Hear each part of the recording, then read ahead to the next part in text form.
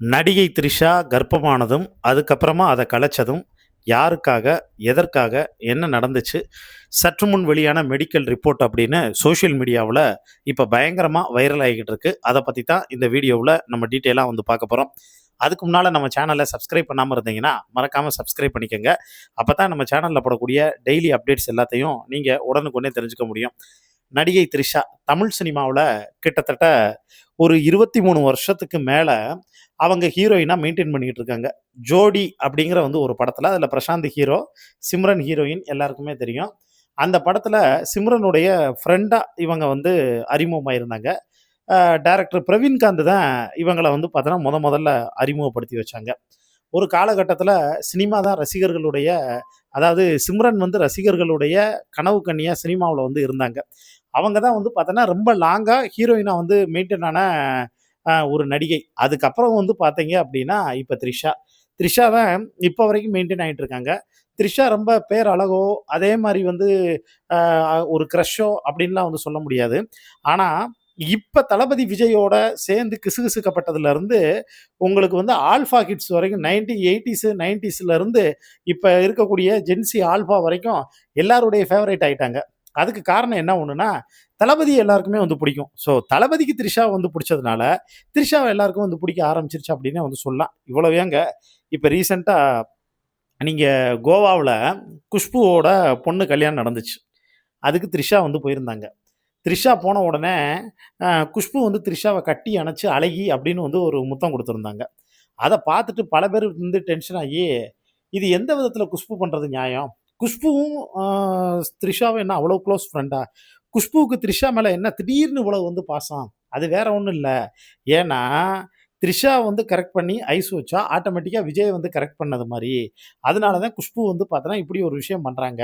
ஏன்னா, குஷ்பு பக்கா அரசியல்வாதில அப்படின்னு ஒண்ணு சொன்னாங்க. அதோட மட்டும் இல்லாம, ஜெயம் ரவி, கெனிஷா இவங்க 2 பேரும் ஒண்ணா வந்து சேர்ந்தப்ப, திருமணத்த மீறிய வந்து ஒரு உறவு வந்து வச்சுக்கிறது, அது தப்புங்கிறதும், குடும்பத்துக்கு முக்கியத்துவம் குடுக்காம, இப்படி எக்ஸ்ட்ரா அஃபேர்லாம் வந்து வச்சுக்கிறது எந்த விதத்தில இதுன்னு சொல்லி, ரொம்ப நடுநிலைவாதி மாரி பேசின அதே குஷ்பு, இன்னைக்கு கணவர வந்து பிரிஞ்சு சங்கீதா வந்திருக்காங்க. ஆனா சங்கீதா பக்கம் வந்து நிக்காம, இன்னைக்கு த்ரிஷாவுக்கும், விஜய்க்கும் வந்து பார்த்தோன்னா, கிசுகிசு, காசிப் எல்லாம் பேசப்பட்டதுக்கு அப்புறமும், த்ரிஷா பக்கம் நிக்கிறது வந்து எந்த விதத்தில வந்து நியாயம்? அப்ப ஜெயம் ரவி, கெனிஷாவுக்கு ஒரு நியாயம்.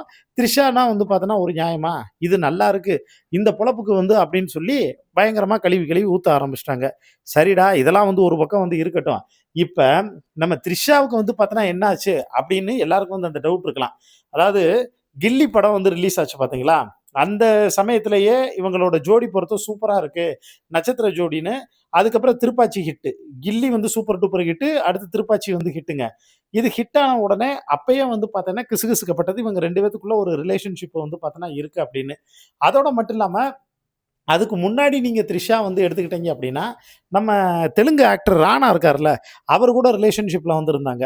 ஒரு சைமா அவார்டு ஃபங்ஷன் நெனைக்கிறேன். அந்த ஃபங்ஷன்ல வந்து சொல்லும்போது, நடிகர் சிவா வந்து பார்த்தோன்னா, நக்கலா ஒரு கேள்வி கேட்பாரு.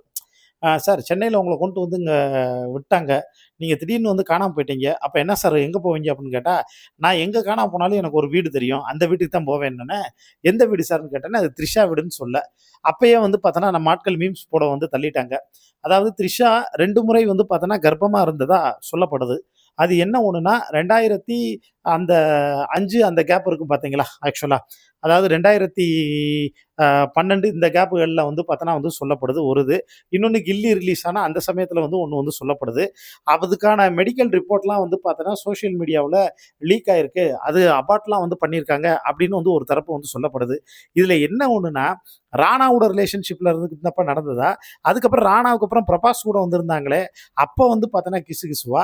இல்ல அதுக்கப்புறம் இப்ப தளபதியோட அப்பயே வந்து இருந்ததுனால தான் வருண்மணியனோட கல்யாணம் வந்து நின்னு போச்சாம். ஏன்னா வருண்மணியன் வந்து கிட்டத்தட்ட 10,000 கோடி வந்து பார்த்தோன்னா சொத்து வச்சிருக்கக்கூடிய ஒரு பெரிய ஆளுங்க.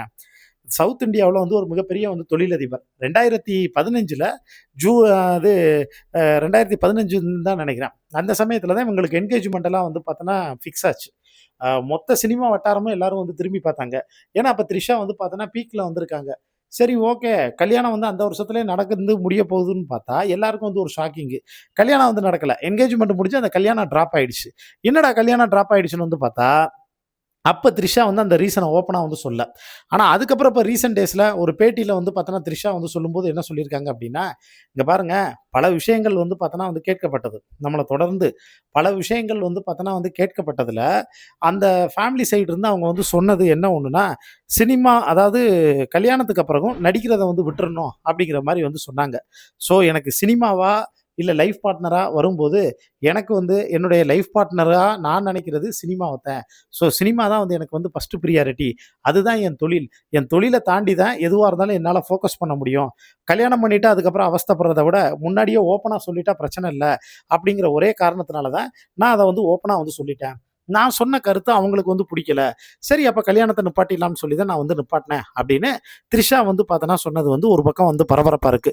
இன்னொரு பக்கம் இப்ப நம்ம ஆட்கள் எல்லாத்தையும் எங்க கனெக்ட் பண்றாங்கன்னா, கூட்டி கழிச்சு வந்து பார்த்தா, அவங்க மனசுக்குள்ள நம்ம ஆள் இருக்காரு. நம்ம ஆள் இருந்ததுனால தான் அவங்க எல்லாத்தையும் வந்து அவாய்ட் பண்ண ஆரம்பிச்சுட்டாங்க அப்படின்னு ஒரு ஃபார்முலா இப்ப வந்து சொல்ல ஆரம்பிச்சிருக்காங்க.